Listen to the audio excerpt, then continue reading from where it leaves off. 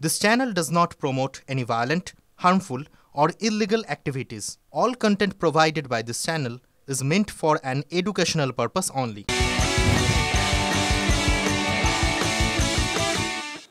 Film ব্রেকের পর এবার আওয়াজ দুর্নীতির খবরে নজর রাখবো। মুকুলেশ্বর রহমান মালদার হরিশ্চন্দ্রপুরের মালিয়র গ্রামের বাসিন্দা। মুকুলেশ্বর বিশেষভাবে সক্ষম এবং গুরুতর অভিযোগ উঠছে যে পঞ্চায়েত সদস্য তার কাছে কাটমানির টাকা দিতে না পারায় আবাসের তালিকা থেকে তার নাম বাদ গিয়েছে। কথা বলবো আমাদের সহকর্মী সুব্রত সেই মুহূর্তে রয়েছেন আমাদের সঙ্গে। সুব্রত, আবাস দুর্নীতিতে আরও একটা লিস্টে নাম যোগ হলো, কি ঘটনা?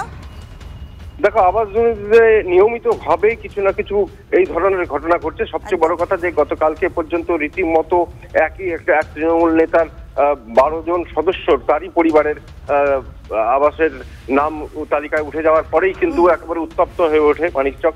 এরপরে দেখা যাচ্ছে হরিশ্চন্দ্রপুরের সেইখানে এই মুকুলেশ্বর রহমান সে বিশেষভাবে সক্ষম এবং তার নাম ওঠেনি এবং তার কাছে 6000 টাকা কাটমানি চাওয়া হয়েছিল বলে অভিযোগ। পঞ্চায়েত সদস্য তার কাছে চেয়েছিল তৃণমূলের এবং তারপরেই তিনি যখন ওই এলাকায় তৃণমূলের এক নেতা যখন তার কাছে যায় তখন তার পায়ে ধরে একেবারে পায়ে পড়ে সে কাকুতি মিনতি করে তার অন্ততপক্ষে আবাস তালিকায় তার যাতে নাম ওঠে এবং একই সাথে সে অভিযোগ জানায়। সবচেয়ে বড় বিষয় তোমাকে বলি, এই বিশেষভাবে সক্ষম ব্যক্তির কিন্তু সে প্রতিবন্ধী যে ভাতা সেটাও কিন্তু সে পায় না। ফলে রীতিমতো দুস্থ খেয়ে না খেয়ে প্রায় দিন কাটে তার। এই অবস্থার মধ্যে পুরো পরিস্থিতি নিয়ে রাজনৈতিক একটা বিতর্ক তৈরি হয়ে গিয়েছে এবং তার যে পায়ে পড়ে সে কাকুতি মিনতি করছে তৃণমূল নেতার কোনো, এবং সেই ঘটনাও সামনে এসেছে। আসার পরেই রীতিমতো ভাবে বিরোধী দল যারা নেতারা রয়েছেন তারাও প্রকাশ্যে সরব হয়েছে।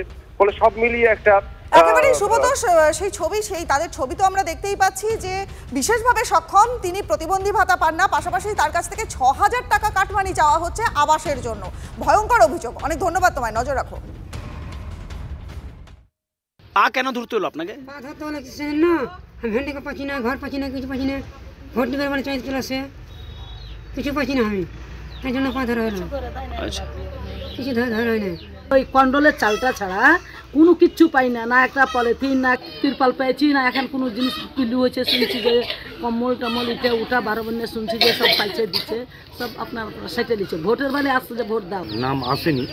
তিনি কিন্তু খুবই খারাপ অবস্থায় আছে। তিনি রিকোয়েস্ট করছিলেন, তো জায়গা আমার কাছে করবে না তো কোথায় করবে। এখন নাটক চলছে।